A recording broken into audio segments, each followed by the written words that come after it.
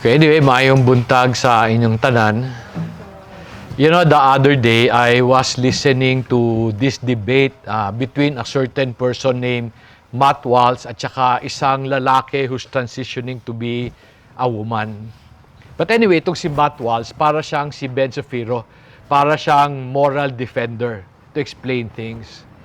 And so they were discussing kung whether or not yung lalaki na nagta-transition sa babae kasi dumaan na siya sa operation, kung babae na ba talaga siya or hindi. So sabi ni Matt Waltz, to answer that question, kailangan nilang sagutin, ano ba ang babae? So sabi ni Matt Waltz, ang babae is defined by biology. Kung ano meron ka. Okay, which is your sexual organ. Kung anong meron ka. So, ang sex, sabi niya, ang sex is determined by biology, kung anong meron ka na organ. Sabi nung transgender or trans woman, sabi niya, being a woman is about your feeling. Determining your gender is based on your feeling. So, kung feeling mo, babae ka, babae ka. Kung feeling mo, lalaki ka, lalaki ka. Okay? Dapat daw, meron silang ganong karapatan. So, meron akong na-notice sa discussion nila. Si Matt Waltz was talking about sex. Kung ano sex mo. Yung trans woman was talking about gender. Okay? So, sabi ni Matt Waltz, dalawa lang ang sex. Male and female. Sabi nung transgender, marami ang gender. Pwede kang mamili, karapatan mo mamili kung ano ka o sino ka, kung ano ang gender mo. In fact, today, some people even take it to a different level na meron ako nakita, nagpatato. Ginawa niyang sarili niya na lizard. So, yung dila niya, pinutol niya, nakita niyo, no? So, kasi feeling niya, lizard siya. Okay? O the devil ba siya noon? Okay? Pinaputol niya. You know, as I listen to that discussion, isip ko, alam mo, walang katapusan tong debate na to. Ang rason, kasi they do not share the same definition. As long as magkaiba sila ng definition, this conflict between yung naturalist at saka LBT will continue to persist. Pero meron silang pinag-usapan that attracted my attention, yung word na gender. Okay? Kasi hindi ko siya naintindihan. So, kayo, you would know by now na mahilig ako pumunta sa original word. To explain the Bible, I would often go back to the Hebrew and the Greek dictionary para pakita sa inyo saan siya nanggaling, para naintindihan natin ano ibig sabihin niya. So, because gender is in the heart of this sexual issue today, so I decided to check ano ba definition ng gender. Let me just read to you anong sabi ng Oxford Dictionary. Oxford Dictionary defines gender as either of two sexes, male and female. Pero ito interesting. Sabi niya, it is with reference to social and cultural differences, not biological. Okay? So merong taong nag-react, sabi niya, bakit binago ng Oxford Dictionary ang definition ng gender? Bakit? Kasi ang origin ng word gender is an old Latin word named genus. Genus simply means at birth. Yun lang ibig sabihin ng genus, at birth. Meaning, kung ano ang sex mo nung pinanganak ka, kung anong meron ka, kung sino ka, yun ka. Okay? So, ngayon, binabago nila yung gender na yan. Okay? So, the original word, the original meaning supports Matt Waltz, kung anong meron ka nung pinanganak ka. But even if, supposing sabihin mo dun sa mga LGBT, ito ibig sabihin ng gender, will they change their mind? No, because sa kanila yun ang definition nila. So, walang katapusan. Okay? So, today, some people define sex based on science. Some naman, a growing number, define it based on feeling. Ano ang mas reliable? Science or feeling? Now, pero may tanong ako dyan. Kasi hindi ka LGBT, science ka. Okay? Pero ang tanong ko, can science be wrong? Mo? Ako, I believe science can be wrong. I believe science is wrong when it decided to use evolution to explain the origin of man. Bakit? Bakit si Darwin? Kailan lang si Darwin? 1960s yan. You explain all that history through Darwin? Bakit yung mga Egyptian, hindi nila nakita yung evolution? And they were brighter than us. Bakit the Muslim did not see all of this? So, today, science accept that we all evolved from apes. To me, that's an error. Okay? Now, if you believe that you came from apes, no problema tayo niyan, no? And then science is wrong when it said the universe was formed randomly from one big bang. That's how they explain it. So can science be wrong? I believe science can be wrong. Okay? Science can be wrong. So ang tanong ko, kailan ba matatapos itong debate sa gender? Matatapos lang to when we all agree on one definition. The reason why ang dami-daming definition today, kasi sabi nila, truth is relative.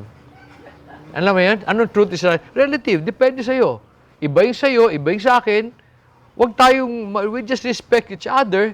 Tanggapin lang natin. And so the problem is, there is no absolute truth. Today, there's no absolute, so we don't share it.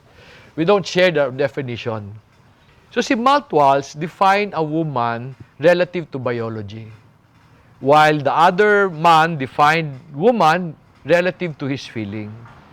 Ang problema nilang dalawa, they did not ask the opinion of the one who created them and the one who gave them their feelings. Anong tingin niyo? If you ask God, what is a woman? Ano sasabihin niya? If you ask, Lord, what is a woman? The first thing He will say is, I created her in my image and according to my likeness. Because Genesis 1:27 says, God created man in His image. In the image of God, He created him. Male and female, He created them. So if you ask God, what's a woman? Sabi niya, she is in my likeness. Pero ang tanong, anong ibig sabihin ng woman is in His likeness? Now, I really do not know that answer. Basta alam ko lang, only God can define kung ano ang lalaki, ano ang babae. Kasi siya lang may karapatan nun eh. Siya gumawa eh. He will also tell you that women were created for a special reason. Ano tong special reason? Can you turn your Bibles to Genesis chapter 2 verse 18? Sabi ng Genesis 2:18, then the Lord God said, it is not good for man to be alone. I will make him a helper suitable for him. Alam mo, ako I realize, dati pa ko bang alam yun, being a wife is one of the most noble responsibility God has given. Bakit? Kasi ang task ng wife is to complete man. Ibig sabihin, man is imperfect. Tayo, we're imperfect. Dami nating kulang. To perfect us, God created woman. So woman, pang-kompleto sana yan ng lalaki. Pero parati ba yun ang nangyayari? Hindi. One, man believe, hindi niya kailangan ng woman. Woman believes, hindi niya kailangan ng man. Well, pag nagsama, dami-daming away because we don't understand. But para talaga sa akin, mahirap ang trabaho ng babae. Kasi ang kanya, taga-kompleto ng kulang. Unfortunately, we don't understand that. And that's the reason there's a breakdown in marriage.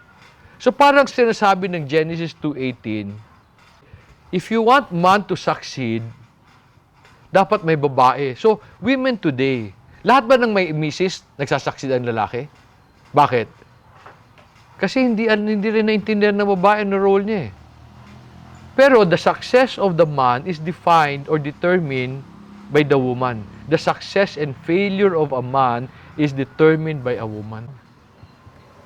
So God will say, I created woman in my image. God will say, I created woman for a special reason.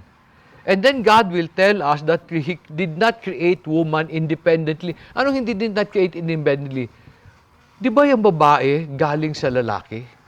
Di ba He took him from ribs? Meaning, they were never designed to be independent on their own. They were always designed to complete. So sabi ng Genesis 2:22, you don't have to go there, let me just read that for you. Sabi, the Lord God fashioned into a woman the rib which He had taken from man, and brought her to the man. The man said, this is now bone of my bones and flesh of my flesh. She shall be called woman, because she was taken out of man. Ulitin ko ha. Woman was never designed to be independent on her own. She was to complete a man. So hindi siya pwedeng, yung nag-trans woman, babae na ako. Because the other purpose of a woman is to be with a man. No, sabi, nagpa-sex change na ako. But there's another reason. Why do they come? It's for procreation. God used woman so that we can fill the earth. So hindi siya pwedeng, ikunin mo yung lalaki, i-convert mo sa babae, babae na. Hindi pwede yun. And ako, I really believe, no? Parang yan ang greatest irony nitong transgender issue. Kumuha ka ng lalaki, ginawa mong babae, pinutol mo, so babae na. Ngayon, hindi pwede manganak. Kasi hindi naman siya woman eh. Di ba that's the irony of this thing? Okay, gumasos ka, hindi ka pa rin babae. Feeling mo lang. Okay, lahat naman ng feeling pwedeng maliit. Unfortunately, today, very sad, even church leaders have decided to embrace the new definition of a woman. Merong mga pastor or pare today who would agree to do same-sex marriage. They did not even ask the God they serve. So, problema. So, yung problema nila were actually based on definition. When I was thinking about that, na-realize ko, lahat ng away natin ngayon is based on wrong definition. For example, if you look at the globe today, daming away. Everybody wants to have the freedom to rule themselves. Unfortunately, superpowers like the US and UK, they will say, no, you don't know how to rule yourself. Let us tell you how to rule yourself. Parang tayo, pinakailaman nila tayo. When si Duterte had this mass killing sa drugs, sabi nila, this is what you do. Otherwise, we will do this. So, pinapakailaman nila yung ibang country. Even definition of freedom, magkaiba. Even definition of democracy, magkaiba. And I am sure, pag nag-away tayo, it's because of wrong definition. Alam ba nyo ano ang root cause ng lahat ng problema na to? Can you think about, bakit ba tayo ganito mag-isip? Anong rason? Anong tingin nyo rason? Free will. Free will. Kawawa naman si free will. Bakit tayo ganito? Yan ako, I realize the reason why we are all like this. Hindi pa rin tayo nakawala sa original sin. What do I mean original sin? We are continually committing the sin of Adam and Eve. The sin that expelled them from the garden. And I told you already, di ba? The original sin is not about disobedience. Totoo, they disobeyed. But the only reason they disobeyed was because they wanted something they are not supposed to have. Ano yun? Balikan lang natin, no? Genesis chapter 3, verse 5 and 6.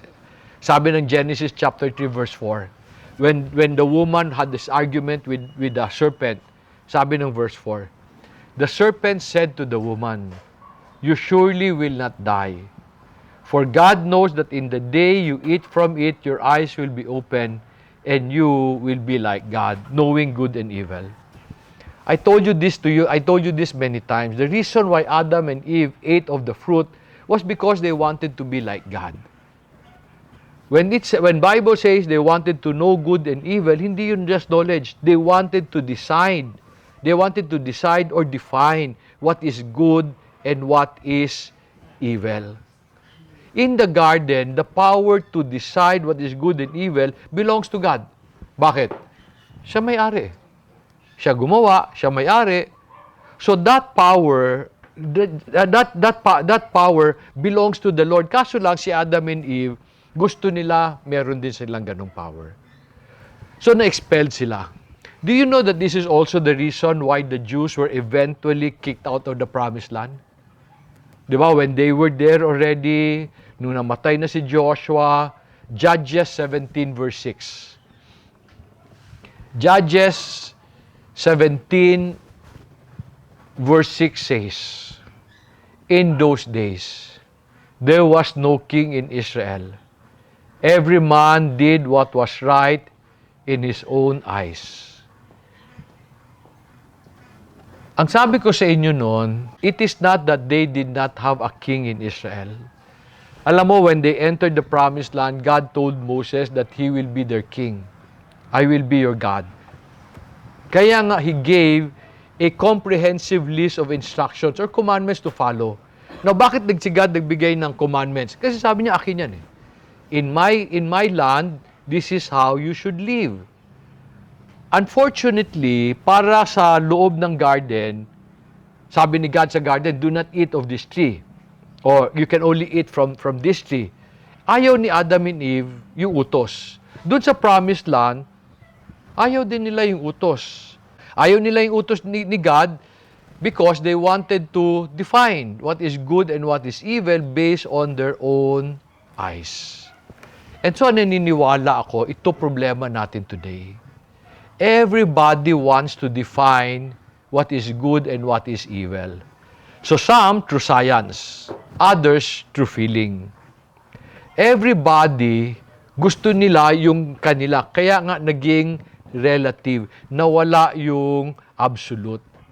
So everybody consults each other, pero no one consults the one who created us. Kaya walang absolute because absolute truth only belongs to the Creator or the owner of everything we have. Alam ba nyo that even in the New Testament, yung pa rin problema nila? When Jesus resurrected and lumalaki na yung church, can you turn your Bibles to Romans chapter 10 verse 2?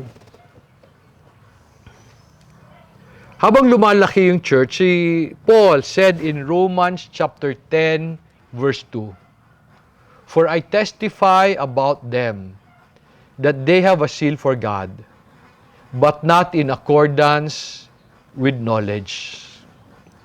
So Paul said that the Jews had a zeal for God, but not in accordance with knowledge. Anong knowledge yun? No knowledge of what? Sabi niya, they have a zeal for God, but not in accordance to knowledge or with knowledge. What knowledge is that? Since creation, God has been revealing Himself to us. So, nung ginawa niya tayo, in Genesis 1:26, God said, God created us in His image and according to His likeness.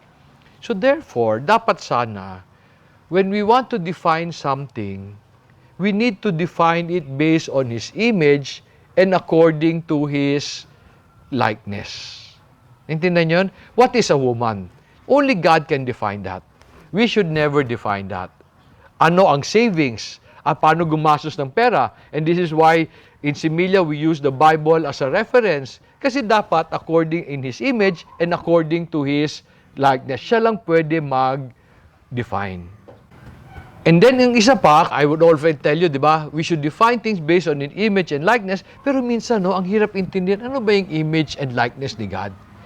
I realized when Jesus came, He made it simple for us to understand. What do I mean? Can you turn your Bibles to Hebrews chapter 1, verse 3? In Hebrews chapter 1, verse 3, sabi dyan, "And He is the radiance of His glory, the exact representation of His nature, and upholds all things by the word of His power. When He had made purification of sin, He sat down at the right hand of the Majesty on high." What do I mean that when Jesus came, pinadali Niya?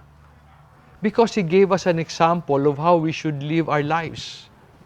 And one of the most important statements that Jesus made in His life is when He said, "Not my will, but yours be done." Hindi importante yung sa akin, importante yung sa'yo.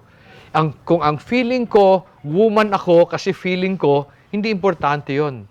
Kasi if God tells me I'm a man, I am a man. Dapat yung sinabi ni God should define all our values, all our definition. Siya dapat. So God has been telling us, kung hindi mo ako naintindihan, here's my son.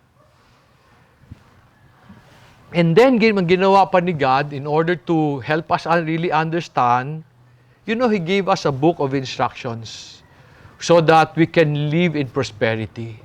Today, if you attend my Tuesday session, dami-daming may problema doon. Dami-daming nawala ng negosyo, naghirap, they're very concerned. And last week, ang topic natin, sabi ni God, dapat walang mahirap. Pero ang totoo, maraming mahirap. Bakit? Because we don't follow instructions. What do I mean? Can you turn your Bibles to Joshua chapter 1, verse 8? Joshua chapter 1, verse 8. And sabi dyan, this book of the law shall not depart from your mouth, and you shall meditate on it day and night, so that you may be careful to do according to all that is written in it. So then you will make your way prosperous, and then you will have success. I realize success is easy. Prosperity is something we can achieve on our own.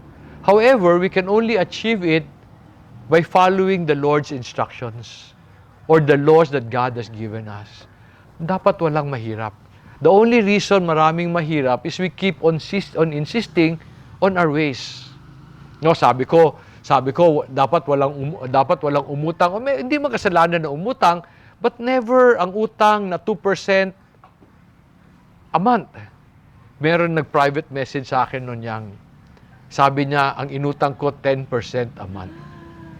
Imagine, in 12 months, nagbayad ka ng 120% ng inutang mo. And then they wonder, bakit sila naghirap? So today we have a model we have a model in Christ to help us live properly. Then we have a book of instructions to guide our actions. Pero are this enough to be able to make us know what is good and evil? Enough na ba to? My meditation the other day is in 1 John. And sa 1 John ko nakita, paano ba talaga natin malalaman kung tama or mali yung ginagawa natin? So if you don't mind, can you go to 1 John chapter 2, verse 3. It says, by this we know that we have come to know Him, if we keep His commandments. Now, sabi niya, malalaman natin kung kilala natin si God if we keep His commandments. Now, question. Is it possible that you are keeping His commandments and following it wrongly? Posible ba yan? Ulitin ko is it possible that you are keeping His commandment yet keeping it in the wrong way? Posible ba yan? Posible. Maraming tao would insist on doing things their way. So how do we know na tama pagsunod natin? Verse 6 answers that question. Verse 6 says, the one who says he abides in Him ought himself to walk in the same manner as He walked. At the end of the day, we check what we do based on what Jesus did. He was compassionate to sinners. Minsan tayo, pag mayroong tao makasalanan, we're very condemning.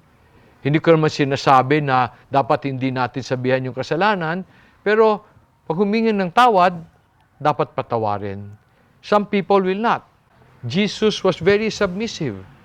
Tayo, when we submit, we give a lot of conditions. We want to submit to a boss who is good. We want to submit to husband and wife when they are okay. However, these commands requires us to submit even when things are not okay. So, one, we keep the commandments. Pag hindi ka sigurado, we are expected to live as Jesus lived, in humility and submission. Pero sometimes, things still fail. Mali pa rin pagkagawa. I was encouraged when I saw 1 John chapter 4, verse 7 and 8. Parang sinasabi ng 1 John chapter 4, 7 and 8, when all things fail and you are still confused. Judge your actions based on these verses. Sabi niya, Beloved, let us love one another. For love is from God, and everyone who loves is born of God and knows God. The one who does not love does not know God, for God is love. Sabi niya, the ultimate test, kung tama definition mo, is if you are loving or helping the person feel love. What do I mean? Alam mo, wala akong problema sa LGBT. Wala talaga akong problema.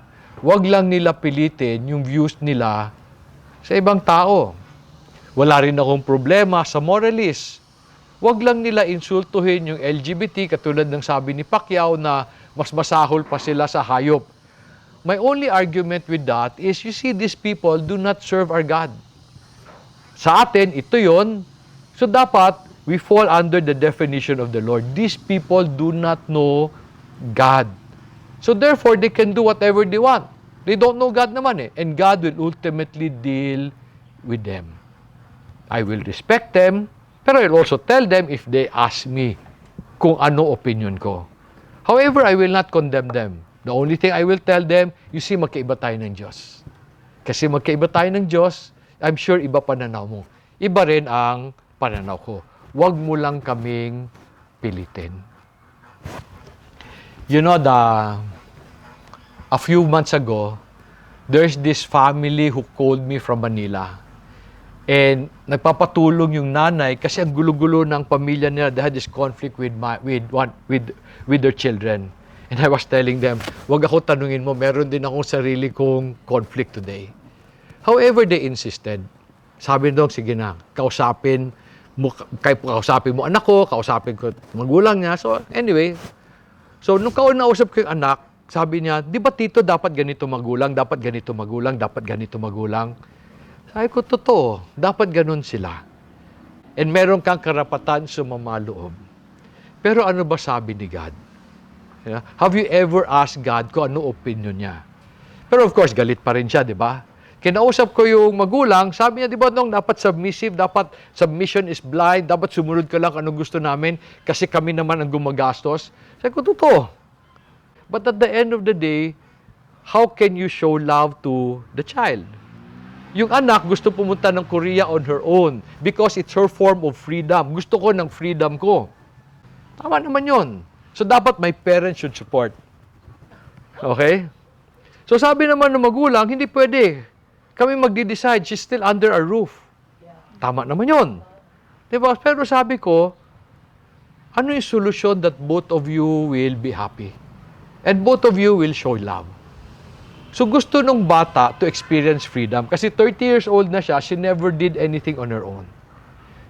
Sabi niya gusto niya ng freedom. Yung magulang, takot na takot, baka magkamali. Kawawa naman siya pag nasa Korea siya. So I asked the mother, pwede niyo na lang bang suportahan? Hatid niyo, puntahan niyo.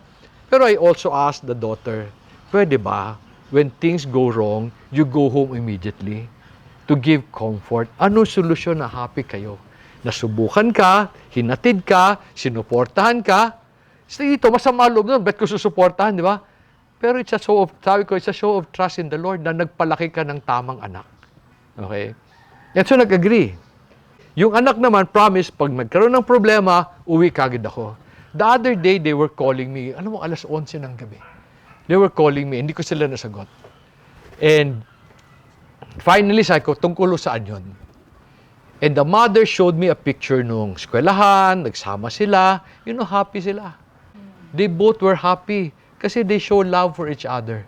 At the end of the day, diba, Jesus is telling us, God is telling us, our measurement of tama o mali, if we show love to one another. Hindi lang yung isa to one another, but both parties.